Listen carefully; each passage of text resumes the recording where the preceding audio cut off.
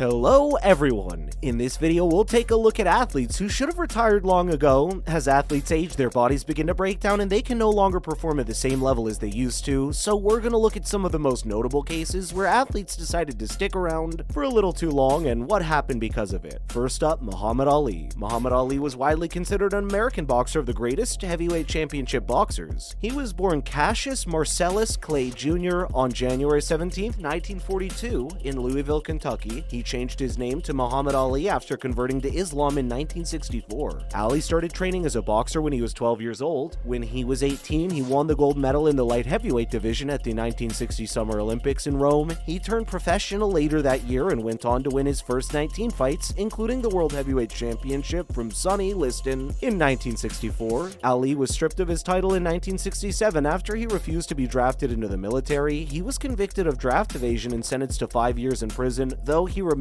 free on appeal. In 1971, he fought an exhibition against heavyweight champion Joe Frazier, dubbed the Fight of the Century. Ali regained the World Heavyweight Championship from George Foreman in 1974 with a knockout in the 8th round of their Rumble in the Jungle fight in Kinshasa, Zaire. He defeated Frazier in a rematch in 1975 and finally retired from boxing in 1981. In 1984, Ali was diagnosed with Parkinson's syndrome and a degenerative neurological condition that slowly robbed him of his motor skills and speech. However, he continued to make public appearances and fight for social causes until his health deteriorated in the late 1990s. He died on June 3, 2016 at the age of 74. Next, we have Brett Favre. Brett Favre is one of the most successful quarterbacks in NFL history. He played for 20 seasons, winning 3 MVP awards and leading the Green Bay Packers to Super Bowl victory in 1997, but despite his many accomplishments, some believe that Favre waited too long to retire. Favre first announced his retirement in 2008, but after a year away from the game, he decided to make a comeback. He joined the Minnesota Vikings in 2009 and had a successful season, landing the team to the NFC Championship game, but his performance deteriorated in 2010 and the Vikings eventually released him. Favre then tried to make another comeback, this time with the St. Louis Rams, but he couldn't get the team into the playoffs and retired in 2011. Some believe that Favre should have retired after his first retirement announcement in 2008. His body was starting to break down, and he could no longer play at a high level. By continuing to play, he tarnished his legacy and left fans wondering what could have been. Now for Junior Seau. Junior Seau was a linebacker who played for the San Diego Chargers, Miami Dolphins, and New England Patriots. He was a 10-time Pro Bowl selection, named to the NFL 1990s All-Decade Team. He died of a self-inflicted gunshot wound to the chest in 2012 at 43 years old. It is believed that Seau's suicide was caused by chronic traumatic encephalopathy, a degenerative brain disease that repeated head injuries can cause. After his death, Seau's brain was studied by National Institutes of Health researchers who confirmed he did have CTE. Seau's death highlights the dangers of playing football and the need for more research on CTE. It is possible that Seau would still be alive today if he had retired from football earlier. He waited too long to walk away from the game, costing him his life. Next is George Foreman. George Foreman's a former professional boxer who competed from 1969 to 1997. In 1970, he won the World Heavyweight Championship with a second-round knockout of the undefeated Joe Frazier. He lost the title when he was knocked out by Muhammad Ali in the Rumble in the Jungle 8 months later. Foreman's rematch with Ali 7 years later in the Thrilla in Manila is considered one of the greatest fights in history. Foreman retired from boxing for the first time after his loss to Jimmy Young in 1977. He made a comeback in 1987 at age 38 and regained a portion of the heavyweight title 10 years later with a 5th-round knockout of Michael Moorer. When he defeated Michael Moorer in 1994 to capture the International Boxing Organization, World Boxing Association, and lineal heavyweight belts, he made boxing the oldest heavyweight champion ever. He stopped boxing permanently in 1997 at the age of 48. Foreman has been ranked as one of the greatest heavyweight boxers. In 2002, he was named by The Ring magazine as the 7th greatest heavyweight of all time. The International Boxing Research Organization ranked Foreman as the 9th greatest heavyweight. In 2004, ESPN rated him the 6th greatest heavyweight boxer. In 2007, he was ranked number 24 on ESPN's list of the 50 greatest boxers of all time. Boxing writer Bert Sugar ranked Foreman as the 8th greatest boxer. Foreman's autobiography entitled God in My Corner discusses how he found God during his boxing career. He attributes much of his success in the ring to his strong Christian faith. Let's discuss Michael Jordan. Michael Jordan, widely considered among the best basketball players of all time, did not get off to the smoothest start in his National Basketball Association career. Even the Chicago Bulls had drafted him in 1984. He was not allowed to participate in the team's training camp. Despite this, he did not give up on his dream and instead continued to put in a lot of effort. Ultimately, he was selected for the squad and had a legendary career culminating in the Bulls' victory in 6 NBA championships. However, Jordan could not recognize when it was time to retire, and he returned to the NBA in 2001 by signing with the Washington Wizards. He was well past his prime at 38, and it became increasingly difficult for him to have an impression on the floor. Many people believe that he should not have officially hung up his boots after his initial retirement in 1998, and so in 2003, when he did so for good. Now for Rickey Henderson. Rickey Henderson is widely considered one of the greatest baseball players of all time. He played for the 9 teams over his 25-year career and was a 3-time World Series champion. He was a 10-time All-Star and won 2 Golden Glove awards. Henderson in the MLB all-time leader in stolen bases and is considered one of the greatest leadoff hitters in baseball history. However, Henderson's career was not without its share of controversy. He often accused of being a selfish player, and his off-the-field antics sometimes caused problems for his teams. Henderson played well into his 40s, but his production began to decline in his later years. He finally retired in 2003 at the age of 44. Henderson is a prime example of an athlete who probably should have retired sooner. He was still a good player in his later years, but he was no longer the superstar he once was. His team would have been better off with younger, more productive players in the lineup. As it is, Henderson's legacy is tarnished by his unwillingness to step aside and let others take center stage. Next, Evander Holyfield. Evander Holyfield is a former professional boxer who competed from 1984 to 2011. He is a 4-time world heavyweight champion, having twice held the WBA, World Boxing Council, and International Boxing Federation titles, and the Lineal Championship. A Stridex ad featuring Holyfield in 1992 proclaimed, quote, "You don't get to be called the real deal without earning." During his career, he suffered many injuries. In the later years of his career, he had difficulty finding opponents willing to fight him due to his size and reputation. He retired after losing 3 consecutive fights between 2010 and 2011. His record stands at 44 wins, 29 knockouts, and 10 losses. Holyfield has been inducted into the International Boxing Hall of Fame and the World Boxing Hall of Fame. In 2007, he founded Real Deal Boxing, which promotes professional boxing matches. Currently, he's a commentator for Premier Boxing Champions, PBC. And lastly, Steve Carlton. Steve Carlton was one of the best left-handed pitchers in baseball history. He had a career that spanned 24 seasons, during which he was awarded 4 Cy Young Awards and 10 Gold Glove Awards. In 1994, he was honored by being inducted into the Baseball Hall of Fame. On the other hand, Carlton's career started going downhill in the early 1980s, and the Phillies eventually let him go in 1986. He played for a few clubs before calling it quits in 1988 and hanging up his cleats for good. However, many people believe that Carlton should have hung up his cleats earlier, since he was no longer an efficient player by the time he concluded his career. Many great athletes have had successful careers. However, many athletes probably should have retired sooner. Sometimes the athlete's ego gets in the way and they refuse to step aside. In other cases, the athlete doesn't know when to call it quits. Either way, athletes need to know when it's time to hang up their sneakers and move on to the next phase of their lives. Thank you so much for watching. Kindly like and subscribe to our channel if you enjoyed the video and want to see more. Please let us know your thoughts in the comment section below. We adore your correspondence.